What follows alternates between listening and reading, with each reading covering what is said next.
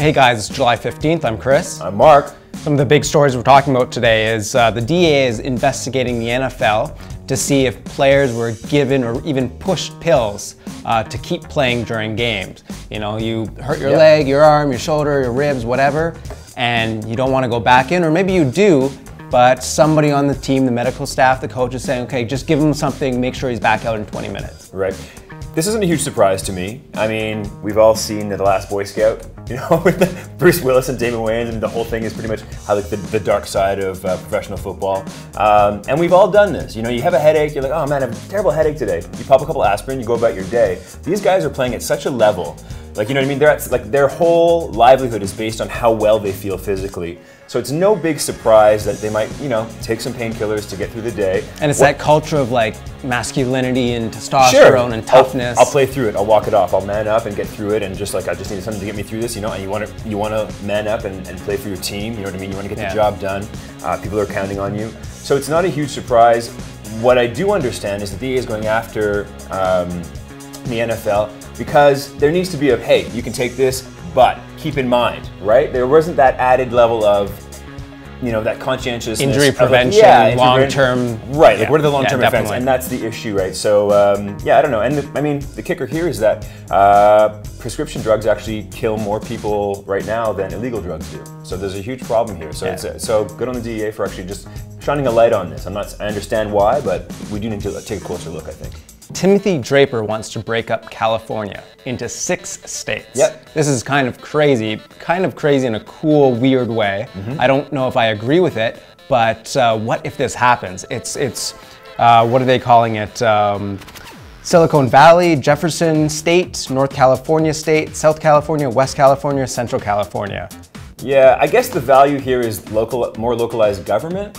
But I mean, is it really going to help in the long run? Well, he's also a billionaire, and a lot of the reasons I think he's doing this is to try and change some tax laws, change the way votes get registered, you know, different districts. Yeah. It's going to be a bit of a mess.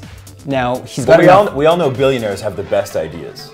So there's no such thing as a crazy rich guy. So now chances are this is not going to happen. Of course, the votes have to go through. Congress has to sign off on it. Yeah. So it's kind of fun to talk about it, but come November 2016, hopefully this is the last we hear of it. It's not a real thing.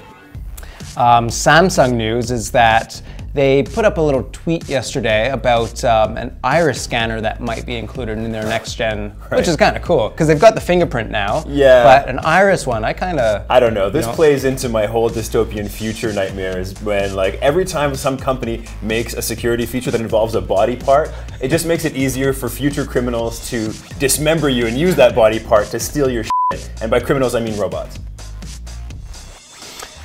Researchers have found that young women with sexy profile pictures on social media are seen as less competent, and also less socially and physically attractive. Yeah, I'm not surprised by this one. It's sort of the whole, well, the sexy pretty girl doesn't get as much respect, you know what I mean? Chris, you have this problem. You're devastatingly handsome. Especially in a red dress. And everyone thinks you're a moron. Of course. No, but are you surprised though by that? So not so much, and especially this study was done analyzing how women and young girls felt about those other women.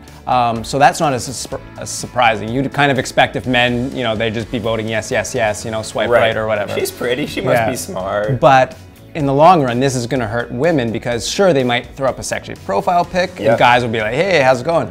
But if your peers and your friends are kind of like thinking less of you, it's going to hurt your self-confidence and your life. And I think the same probably holds true for men. Like you see guys like with shirtless selfies, like, and I'm just like, like I don't like you anymore. You know what I mean? Like you lose some respect if you're just trying to flaunt yourself sexually on like social media and like in real life, I think. Yeah, definitely. I think that's a good call. Just to keep things clean, put a picture up of your favorite hobby or what you're doing, not what you think you are, or what you want to be.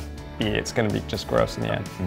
COMCAST really doesn't want to lose their customers. Wow. A tech blogger, Ryan Block, put up a recorded call he had with a customer service rep who just would not let him unsubscribe.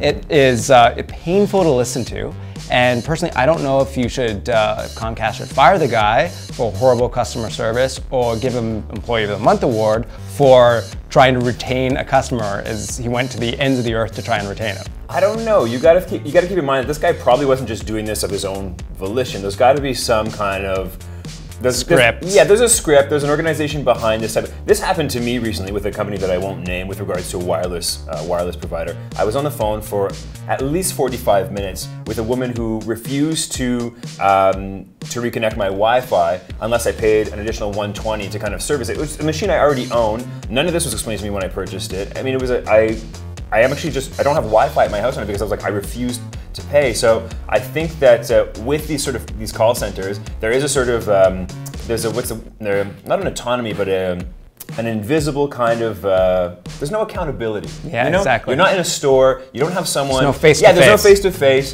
There's no manager that you can be like, can I just talk to your manager? This is ridiculous. So they'll keep you on the phone for an hour and a half until people. I'm sure people just acquiesce and be like, okay, I'll do it. Just don't. Whatever. I'll do whatever you want. Just please let me have my life back. So it's. For me, it's like really unscrupulous business practices. Hopefully things like this, like a recorded call, a lot of social media push, will push companies to get a little bit better with this type of service. It's great that this was put up, but I think that this probably happens all the time and companies just get away with it. Let's not let them. Thanks guys, see you tomorrow. All right guys, take care.